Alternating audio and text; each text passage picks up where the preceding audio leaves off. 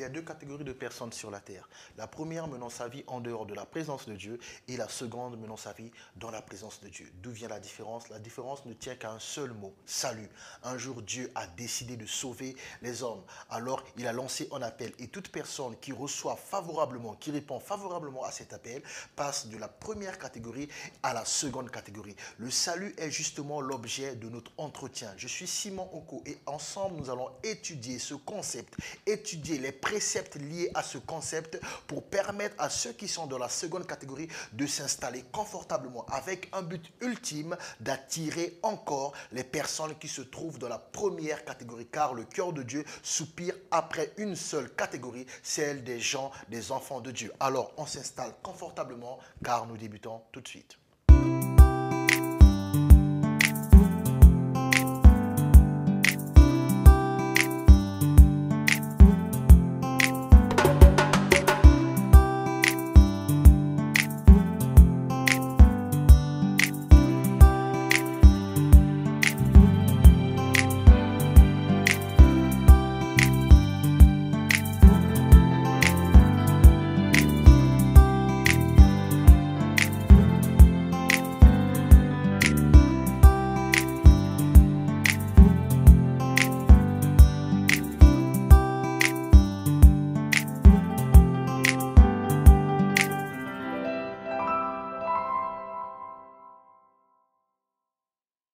Voici cette parole qui nous permet de faire tant de remises en question.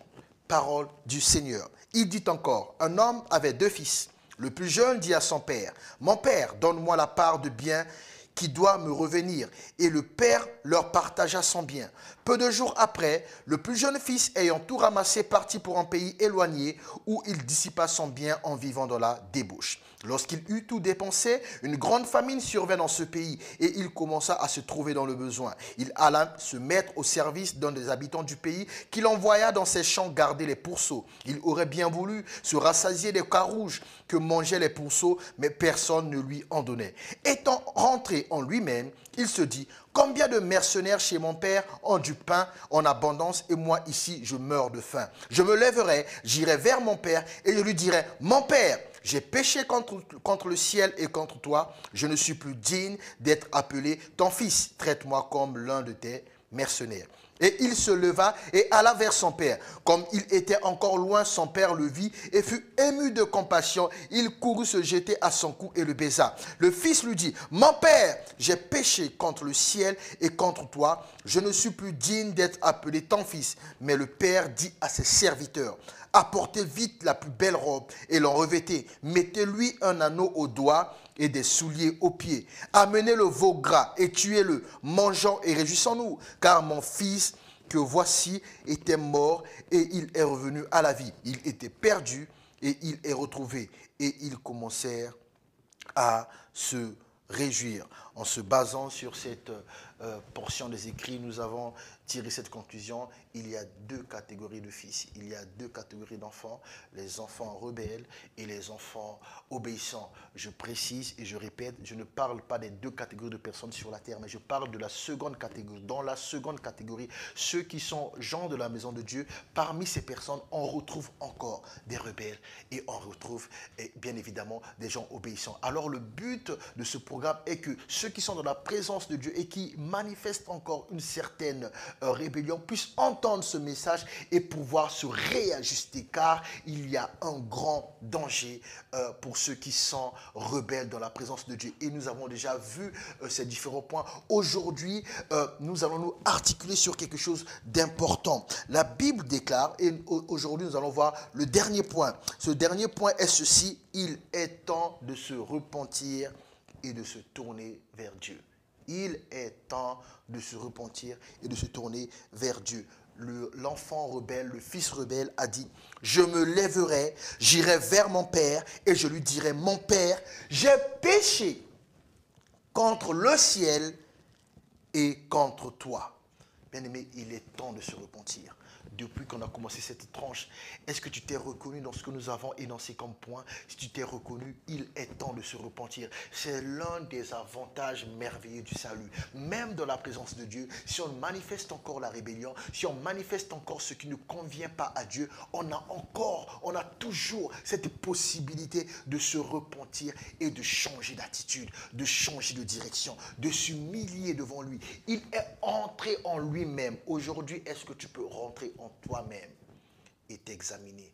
Est-ce que tu peux rentrer en toi-même et voir que ce n'est pas correct ce que tu as fait? Nous allons reprendre les points que nous avons vus afin de permettre une mise à jour. Comme ça, tu pourras rentrer en toi avec efficacité. Nous avons dit dans le premier point qu'il y a deux types d'enfants, deux types de fils, les rebelles et les obéissants. Deuxièmement, nous avons dit que les rebelles se détournent de Dieu. Le jeune fils est allé dissiper ses biens. Le troisième point, nous avons dit que les hommes rebelles abandonnent Dieu et entreprennent des voyages autodestructeurs. Que des gens qui quittent l'église pour aller s'asseoir à la maison ne faisant rien, oubliant Dieu. C'est un voyage autodestructeur. Car la parole nous révèle qu'il y a un lion rugissant qui rôde, cherchant qui dévorer. Et ce lion aime bien les proies qui se sont écartées. Quatrième point, nous avons dit que les gens vont aussi loin de Dieu, vont aussi loin possible de Dieu qu'ils peuvent. Ils vont loin. C'est pour ça que vous vous retrouvez avec des gens, ils étaient chrétiens, et quand ils s'est détourné dans l'église, vous avez l'impression que, mais ce qu'il faisait là, c'est pire que ce qu'il faisait quand il était païen avant d'être chrétien. Parce qu'ils vont au loin. Et le fait d'aller très loin, c'est les conséquences de la présence de l'esprit de la perdition. Car souvenez-vous, Dieu a dit à Caïn que tu vas errer. Quand tu commences à errer, c'est toujours au loin. Cinquièmement, les gens gaspillent leur vie. Que des gens qui gaspillent leur vie. Que des destinées avortées à cause d'une histoire qui n'en valait pas la peine. Cette jeune fille brillante se retrouve maman très tôt. Ce jeune homme brillant se retrouve papa très tôt. Obligé d'abandonner la carrière qui était dans ses projets, d'abandonner ses études et de commencer à rafistoler sa vie. Sixième point, nous avons dit, les gens rebelles, tout comme le monde, connaîtront une crise et des problèmes.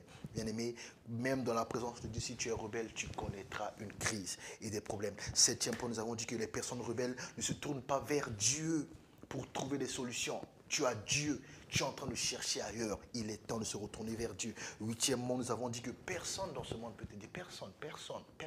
Le monde ne nous aide pas, il nous dépanne de temps en temps. Personne ne peut t'aider. L'aide spéciale est venue de Dieu. Et neuvièmement, nous avons dit que quand les choses vont de mal en pire, nous sommes censés nous tourner vers Dieu. Et dixièmement, il est temps de se repentir. Parole du Seigneur. Venez, et je m'inclus dedans, retournons à l'Éternel, car il a déchiré, mais il nous guérira. Il a frappé, mais il bandera nos plaies. Il nous rendra la vie dans 2 jours. Le 3e jour, il nous relèvera et nous vivrons devant lui. Bien-aimé, si tu fais une repentance sincère, toi qui étais déjà dans la catégorie des gens de la maison de Dieu, mais tu te comportes de façon bizarre, si tu fais une repentance sincère à partir de ce programme, tu as 2 jours pour vivre ce que la Bible a dit, et le 3e jour, tu vivras également ce que la Bible a dit. Voilà pourquoi je vais relire pour que tu saches de quoi je suis en train de parler. Venez, retournons à l'Éternel, car il a déchiré, mais il nous guérira. Il a frappé, mais il bandera nos plaies. Il nous rendra la vie dans 2 jours. À partir de la période que tu fais maintenant, tu recevras la vie dans 2 jours. 2 jours pendant lesquels Dieu va guérir. 2 jours pendant lesquels Dieu va bander les plaies. 2 jours pendant lesquels Dieu va rendre la vie. Et le 3e jour, il nous relèvera et nous vivrons devant lui. Le 3e jour, tu seras relevé et le 3e jour, tu vivras devant lui. C'est-à-dire, tu seras confortable dans sa présence. Si tu le crois, alors fais cette prière avec moi. Père, j'ai écouté ta parole. Je reconnais que j'ai foulé la grâce aux pieds. Car dans ta présence, dans ta maison, parmi ton peuple, je ne me suis pas comporté comme il devait. Je me suis comporté comme un rebelle. Mais à travers ces tranches, j'ai pu rentrer en moi-même et reconnaître que dans ta présence, dans ta maison, même les mercenaires sont mieux traités que là où je suis allé. Je reviens à toi maintenant, sur la base de la parole que j'ai entendue. Seigneur, pendant 2 jours, guéris-moi, bande mes plaies, et le 3e jour, relève-moi, afin que je sois dans ta présence. Au nom de Jésus-Christ, je demande pardon pour mes fautes. J'ai péché contre toi, je m'en repens. Seigneur, accueille-moi à nouveau, relève ton enfant. Amen. Bien-aimé, que le Seigneur te bénisse. Salut.